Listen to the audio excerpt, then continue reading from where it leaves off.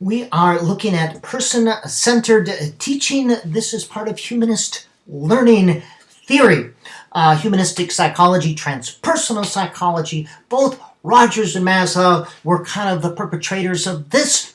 They said a healthy person is one whose ideal self and true self are very similar. There's this lack of dyssynchrony. They are in sync, their ideal self and their true self in the same way. When you as a teacher are teaching from your authentic place, your ideal self and your teaching self are very similar. This is authentic teaching, and it is very powerful, and it seems effortless and efficient. And it makes learning effortless and efficient as well. A couple things. Humans are naturally inclined to learn.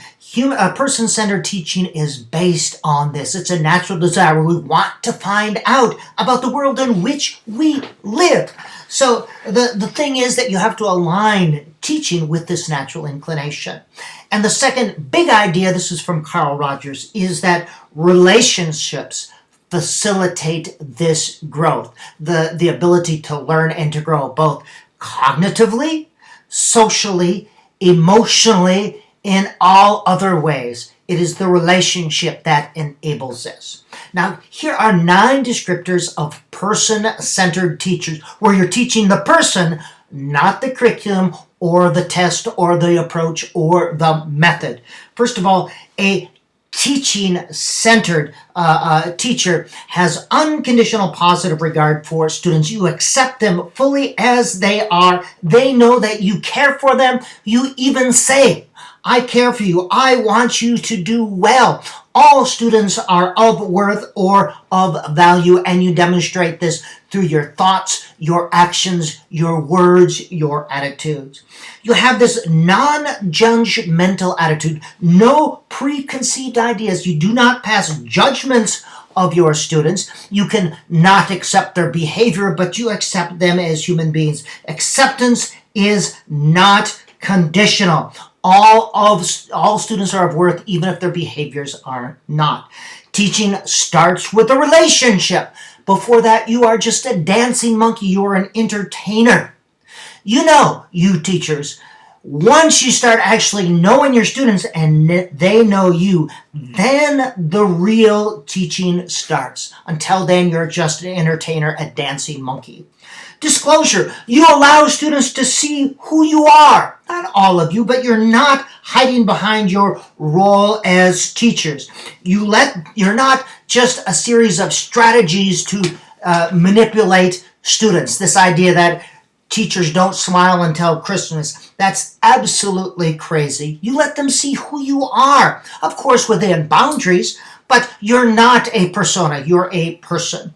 Reflection is the key to understanding students and growth. Reflection, that means hearing your own thoughts. Reflection doesn't just mean how did the lesson go, but it also means, am I in alignment with my values?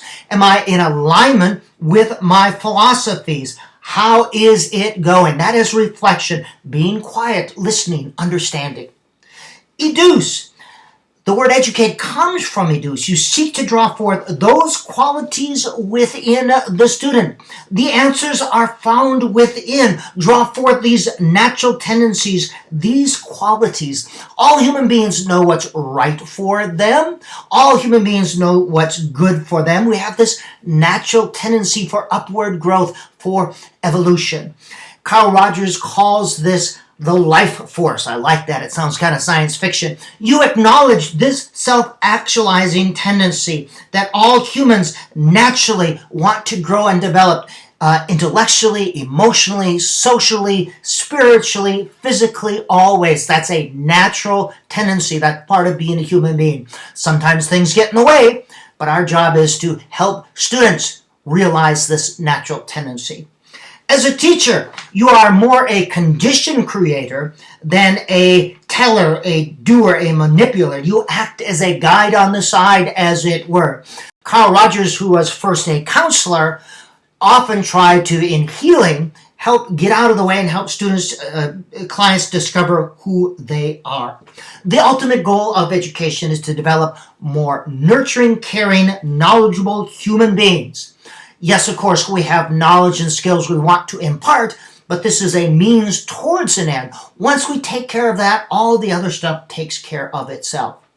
Just some descriptors of a person-centered teaching, which I think is, of course, more powerful, more efficient, more effective, and effortless.